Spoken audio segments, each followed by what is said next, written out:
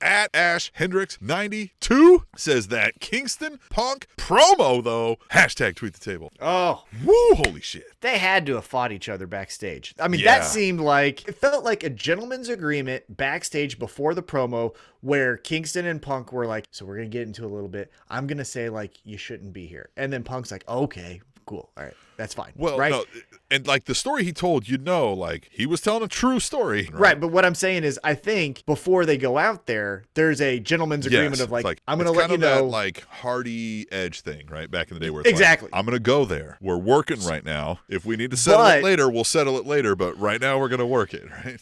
But what I think is it was that, right? So there's agreement before. Then they get out there. And then I believe one of the two, and I think maybe it was Eddie, went into the like, no.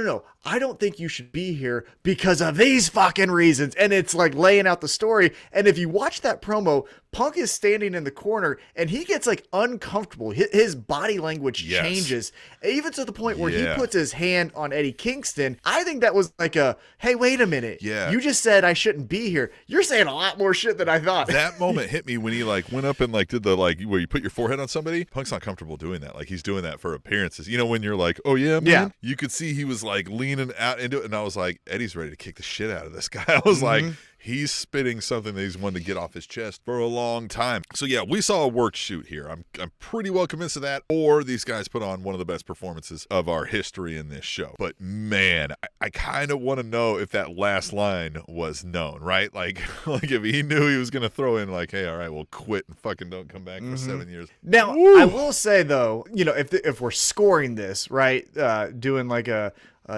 judges panel, I think everyone's going to say Eddie Kingston won that little battle, right? The promo battle. However, Punk did not look outclassed, right? No, it wasn't of like course not. It wasn't a 10-7. No, if anything, there was times I felt like Eddie was stalling, you know what I mean? Because he was just like, you know what I mean? Like thinking of something to say in the moment, and Punk was more ready to go. I'll give Punk more if he felt like the seasoned veteran in that bit, which is, you know, I mean, they've both been wrestling about as long, but like he felt smoother, if you will, but Eddie also was coming from a place where he wasn't smooth, right? Like, he's like, I'm just going to fucking rip your face off, you son of a bitch, right? Like, so it fit, right? Like it fit well, so that may have just kind of been part of it. But Jesus, man, you could just see the blood boiling. I wonder how many of those really connected, right? Like how many of those were like, you know what, motherfucker, we're here. Rack. Well, read their lips afterwards. I know that this isn't a PG product, but when Punk is wide-eyed and yelling, I'm gonna fucking kill you, I don't know if we're CM Punk and now we're Phil Brooks. I think we understand Eddie Kingston to be like a locker room leader back there, like a morale guy. So when he says, nobody fucking wants you here, I wonder what the percentage really is. Because, you know, some people are back there like, I don't give a shit. Rising tide raises all boats kind of a thing. Some people know like, hey, I'm not the main event, so if somebody else is up there making us money, cool, right? Like, fine. So I'm sure there's some people who don't give a shit. Some people like the guy. Some people consider him, you know, a god or a mentor or whatever. But felt like Eddie was comfortable saying like, nobody fucking wants you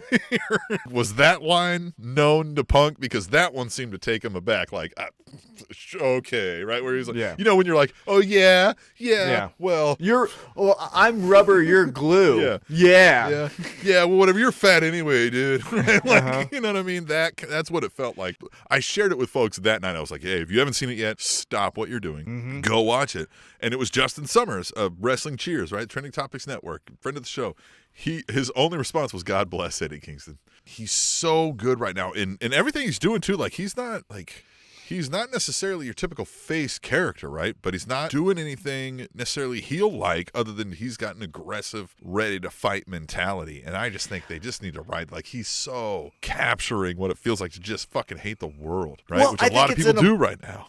And that's what I'm saying. I think it's an evolved babyface, right? Like, watch television, watch stuff that's outside of pro wrestling. You look at The Sopranos, Breaking Bad, Succession, Billions, all of these shows, they're flawed people. It's not John Cena, It's fucking guys like Eddie Kingston, who's like, I take Zoloft so I don't kill people. And you're like, well, my cousin does too, so I can kind of relate to that. I know what he's going through, and so I see that in you. You know what I mean? So it's like his normalizing understanding of mental health struggles and issues. Like there was a big article about him and his in the his Players mental health Tribune. struggles Check right it now, out. too. Yeah. And just him bringing it up and all that. So kudos to him on that also, right? Like he's also able to do that without making it cheesy, making it real, something relatable. But also the Eddie Kingston character. Now, that Players Tribune article, if you haven't read it, anyone who's listening, go out, make sure you find it. It's fantastic. But going back to the character, going into kayfabe, the thing that I like is when he yells at CM Punk, the genesis of this rivalry right now is Eddie Kingston was embarrassed. He felt like someone was looking at him, whether he was or wasn't,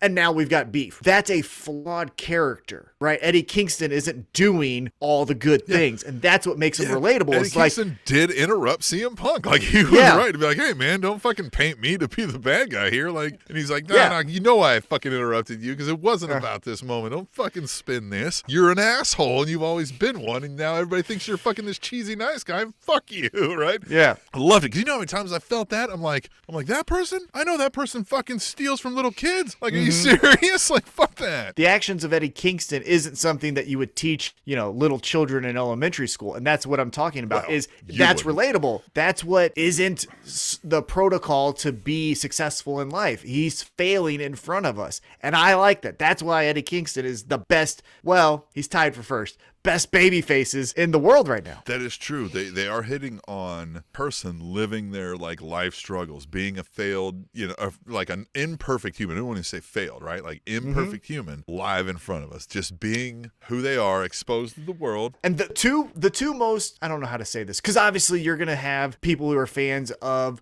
Bryan Danielson and things like that. But for me, the two best baby faces in pro wrestling, Eddie Kingston, Hangman Adam Page. I struggle with depression. I struggle with self-confidence. And that's what makes it awesome. That's what makes you tune in. At least for me. I'm speaking for myself here. But that is what we're talking about with pro wrestling in 2021 and what we want to see. And it's so great.